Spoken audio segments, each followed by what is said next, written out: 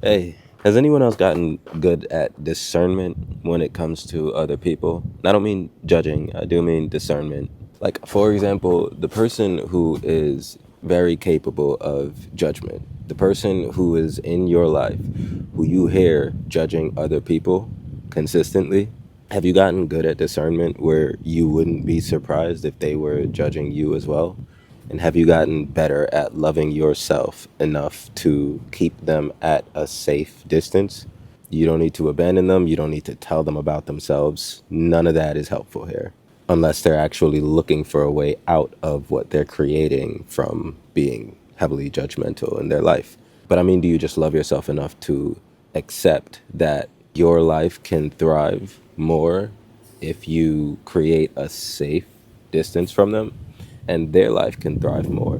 Because obviously, if they enjoy being in the energy of judgment, then they would feel more at home around others who are also in the energy of judgment. You can no longer serve them the way they need you to. So, what I want to share with you here today is just that, practicing discernment with people in your life that may carry the energy of judgment and live off of it. Shame, guilt, all that stuff.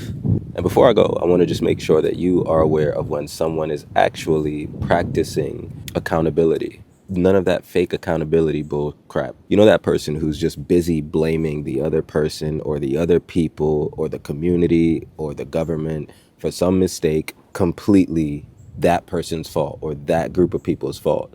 And then they'll say something like, but it's my fault. I trusted them. That's not real accountability. Or it's my fault. I'm too kind.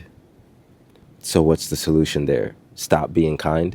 Or it's my fault. I just love too hard. That one's my favorite. My partner brought that up the other day.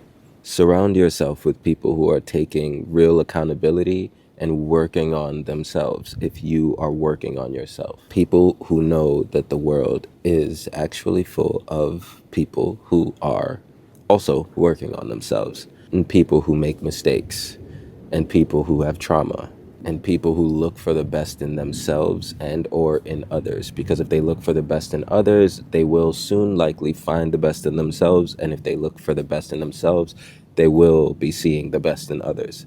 Discernment. Sift through the nonsense. I love you. Have a good day.